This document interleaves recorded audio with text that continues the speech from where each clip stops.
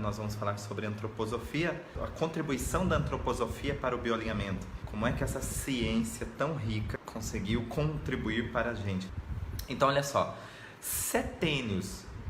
O que são setênios? Setênios é uma nomenclatura que foi dada para uma série de conjuntos de anos e eventos, né, dentro do estudo da antroposofia. Primeiramente, né, a antroposofia é uma ciência que foi estudada pelo um alemão chamado Rudolf Steiner. Foi desenvolvida, né,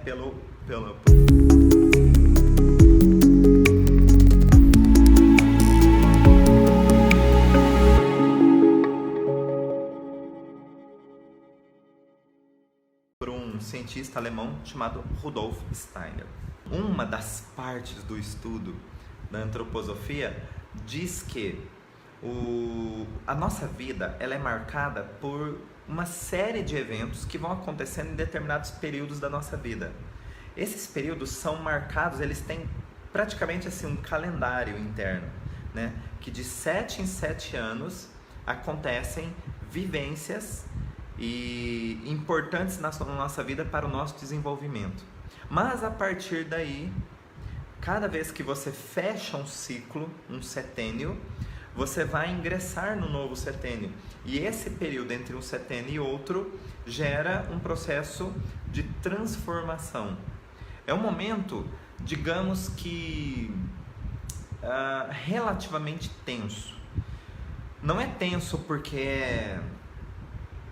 é perigoso, não é tenso porque é nervoso, é tenso porque é um processo de transformação, e toda transformação traz uma novidade, é esse nível de tensão, tá? Se a gente tem vivências particulares de 7 em 7 anos, então nós temos lá o primeiro setênio, que é de 0 a 7 anos, segundo setênio, 7 a 14 anos, e terceiro setênio, 14 a 21 anos. Então vamos lá. Então nossa vida, ela passa por períodos que nós precisamos ter vivências importantes de 7 em 7 anos. Esses 7 em 7 anos são marcados por etapas do desenvolvimento, tá? Então tudo aquilo que a gente vive, por exemplo, 0 a 7 anos, é uma preparação, é uma parte da preparação para a vida. Na verdade, de 0 a 21 anos seria a preparação para a vida. Preparação para a vida. O que é preparação para a vida? Isso significa que quando eu completo 21 anos de idade, se eu tive todas as vivências necessárias para os 3 primeiros setênios, eu estou pronto para viver a vida. Ou seja, não é a maioridade. Maioridade é o que seu RG possui.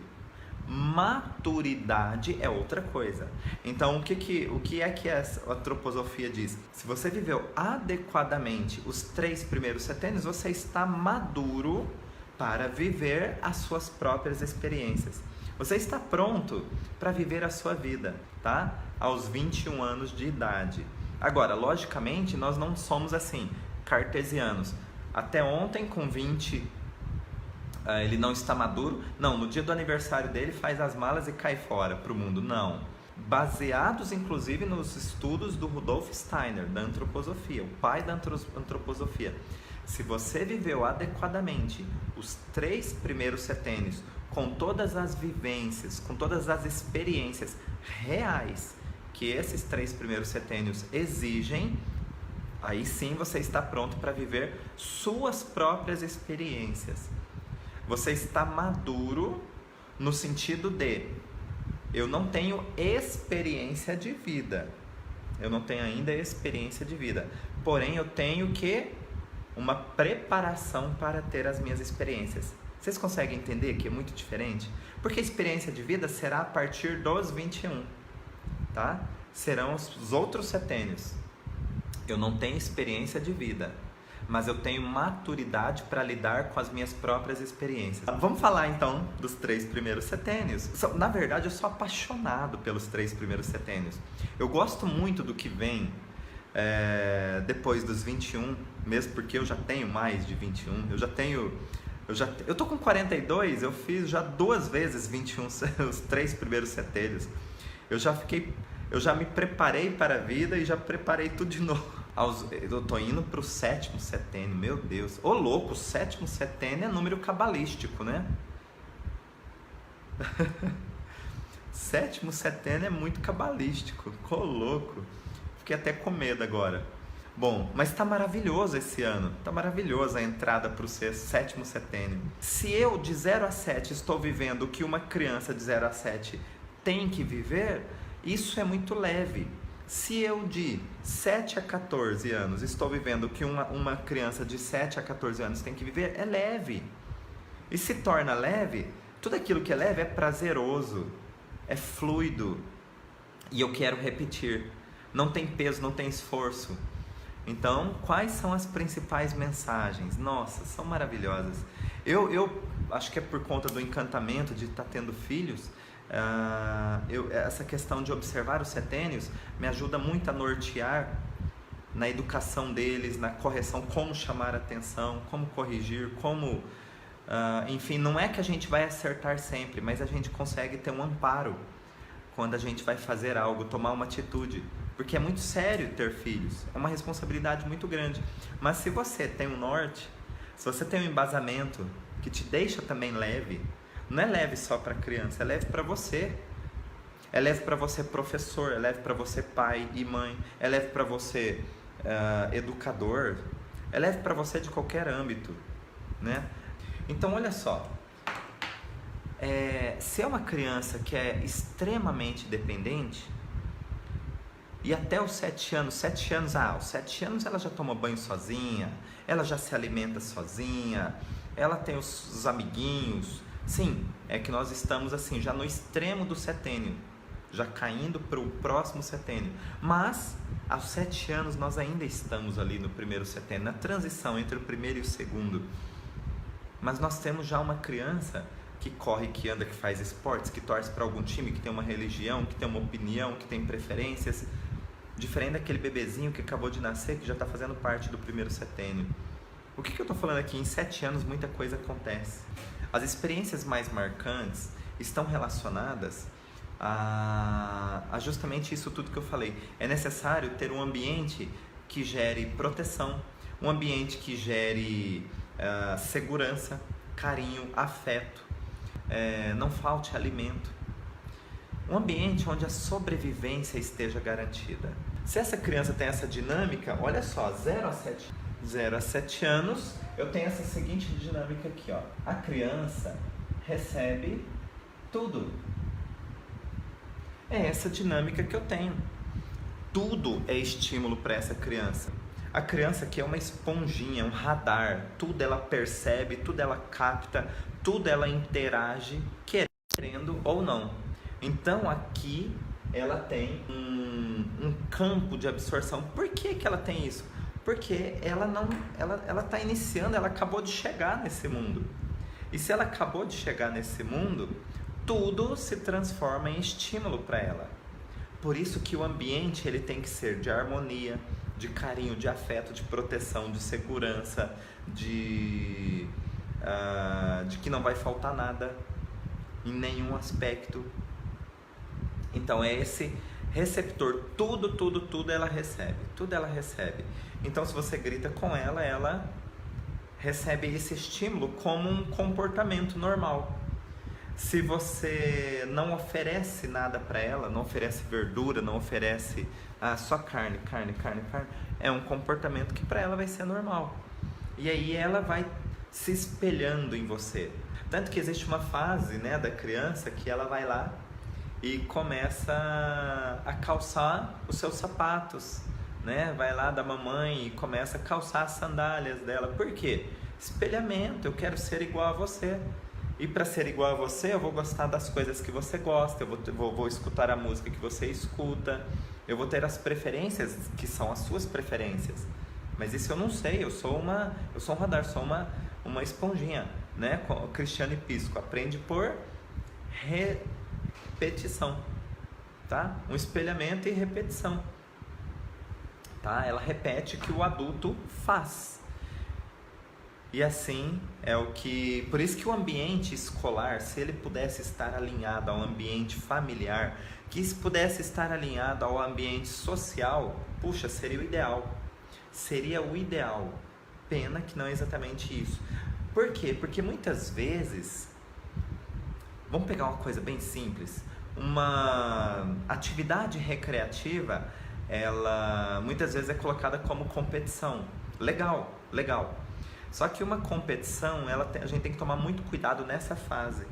Porque uma competição, ela pode gerar traumas para uma criança na questão de gerar expectativas e frustrações. Expectativas e frustrações. O ideal é que, se tudo estivesse alinhado, uma competição, você não tem um adversário, você tem um oponente. Oponente é diferente de adversário. Oponente significa que o outro defende os interesses dele e você defende o seu interesse. Qual que é o interesse? Ganhar. Mas adversário, outros sinônimos assim, são de que eu sou contra você e você é contra mim. E dependendo da forma como é estimulado, então lá na escola, uma competição, que seja então uma competição entre oponentes e não de adversários. Quando você tem adversários, você vibra com o erro do outro, você vibra pela perda do outro, você torce contra, você torce mais contra o oponente do que a favor de você ganhar, tá? Você tem o bebezinho que está engatinhando e ele vai ficando semi-ajoelhado, é a fase que meu filho está agora, o segundo. Ajoelhado e fica de pezinho. O que significa isso? Erguer-se para a vida.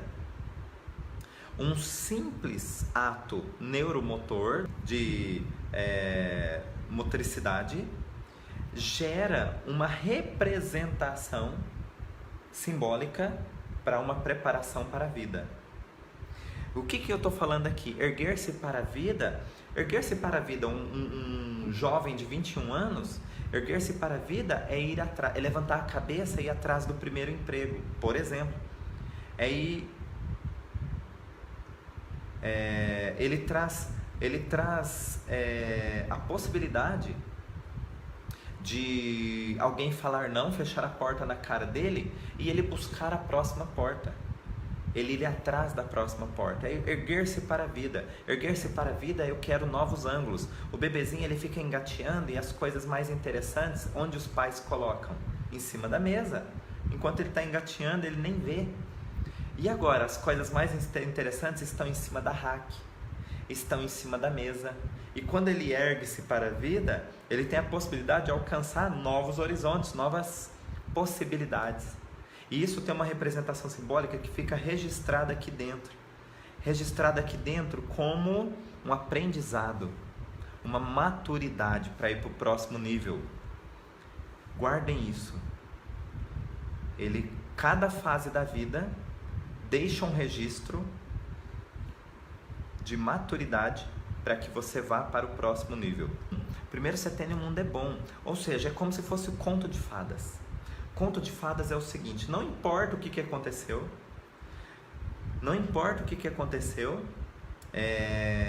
o primeiro setênio diz que conto de fadas, no final todos foram felizes para sempre. Então, teve uma frustração, teve uma situação desagradável, dos planos, enfim e tal, você vai ter que buscar criatividade suficiente para finalizar bem aquele dia. Por que conto de fadas que a gente fala? Conto de fadas sempre tem o vilão, sempre tem uma situação onde existe uma dor ali. E o que eu estou dizendo, uma dor pode ser uma frustração, uma decepção, vamos hoje ao parque, mas choveu, vamos para a piscina, mas não fez sol. Vamos passear, mas não tem ninguém na casa onde vocês foram visitar o amiguinho. O plano B, ele tem que estar aberto. Não precisa estar pronto, mas você precisa ter a criatividade aberta.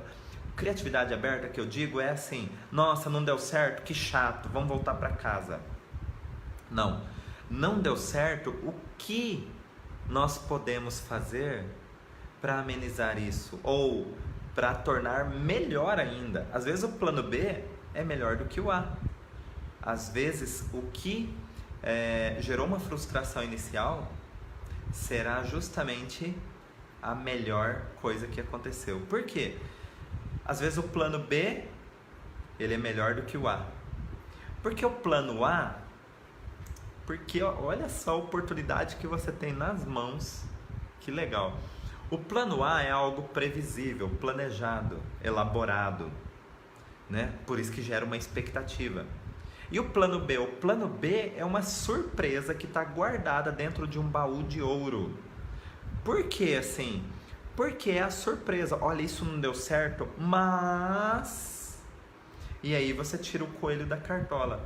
O plano B, por não ter sido planejado, o plano B, por não ter sido esperado, ele traz o efeito surpresa, o efeito uau. E é isso que o primeiro setênio pode nos propor. Qual é a mensagem principal? O mundo é bom. Essa é a mensagem que cria um dos pilares para a construção da construção de um ser humano maduro. Tá? Então, muito bem, muito bem. É preciso gerar confiança, né? Gerar confiança. Como é que gera confiança? Já pensou, por exemplo, você chega na beira da piscina e seu filho está ali, você fala assim, filho pula, filho pula, filho pula. Aí o filho pula, você sai da frente. Você sai da frente. Que legal, que legal. Aí você sai da frente e diz o seguinte, que você fez aquilo que é para ele ganhar coragem, que é para ele aprender a nadar, que é para ele isso, que é pra... Tá, ele aprende a nadar, ele aprende a mergulhar, ele aprende muitas coisas. A única coisa que ele também aprende, que você esqueceu, é que ele não pode confiar em você, nem nas pessoas. Porque se o pai dele fez isso com ele, ele vai confiar em quem? Aí sabe o que acontece? Quando você vai lá para os 21 anos de idade, você não... Ou antes, né? Ou antes, na verdade. Você não tem namorado ou namorada, ou tem relacionamentos curtos. Por quê? Porque você não consegue confiar em ninguém. Quando você vai abrir o negócio, você não consegue ter sócios. Por quê? Porque você não consegue confiar em ninguém. Quando você vai dividir uma casa, você prefere morar sozinho. Por quê? Porque você não consegue confiar em ninguém. Então o que acontece? Por que isso? Porque o mundo não é bom. É essa mensagem que ficou. O elo de confiança foi quebrado do seu pai com você. Imagine o registro negativo que ficou. E o terceiro setênio? O terceiro setênio diz assim... e o desenho? Peraí, o desenho do segundo setênio dá para aproveitar aqui. Segundo setênio de 7 a... Vixe, agora tá difícil. Como é que eu faço o número 14?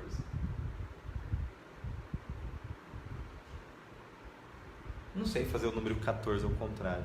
Deixa eu ver. Esse aqui? Não. É aqui.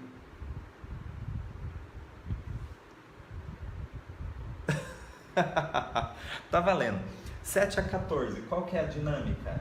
Olha só. Eu recebo estímulos. Recebo muitos estímulos externos. Mas eu também tenho as minhas preferências. Ok? Eu recebo, mas eu também dou. Então é assim, filho, vamos torcer pro Palmeiras? E às vezes ele vai querer torcer pro Santos. Ok? Ele começa já a ter opiniões próprias. Filho, vamos aprender a jogar futebol? E às vezes ele quer aprender música, né? E assim por diante. Por quê? É uma troca.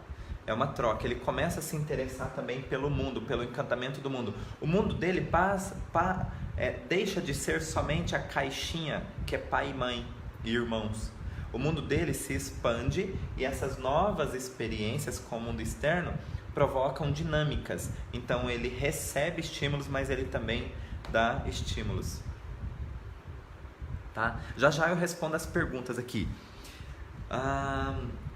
As perguntas gerais, tá? Terceiro setênio, nós temos uma mensagem que é justamente o seguinte: o mundo é verdadeiro. Aqui que é de 14 a 21 anos, aqui eu já tenho o seguinte: uma pessoa, um adolescente, que ele começa a ter muitas opiniões, ele até briga com os pais ou discorda dos pais, né? Não precisa ser um confronto, pode ser uma discórdia de opinião, que talvez nem é manifestada verbalmente. Mas, por quê? Porque ele já tem uma noção do mundo, ele já tem uma noção de quem ele é, ele tem uma noção dos desejos dele. Isso, Giane, perfeita, a Gudrun. Essa autora é demais. Então ele já tem uma noção do mundo geral. E o que é que acontece isso? Nesse terceiro setênio, ele quer mostrar quem ele é. Como é que ele mostra quem ele é? Ele precisa romper algumas relações. Por isso que ele vai começar a discordar dos pais. Por que ele começa a discordar? E como eu disse, ele não precisa brigar com os pais, nem entrar em confrontos.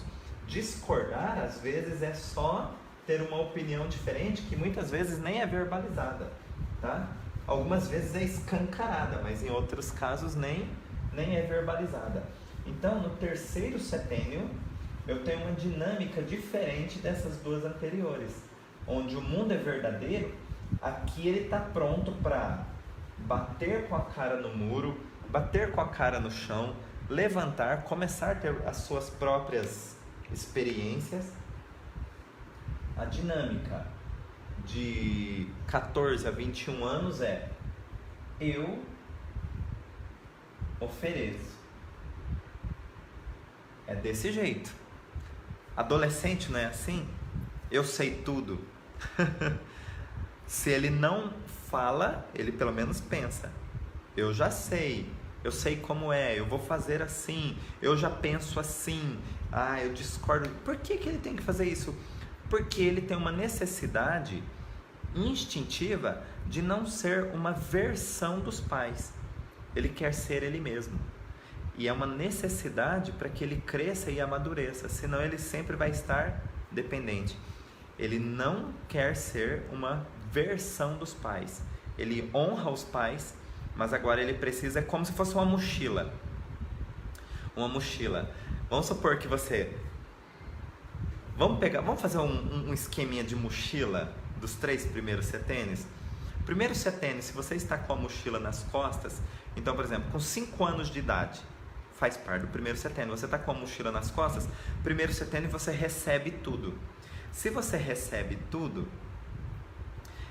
sua mãe coloca uma maçã na mochila.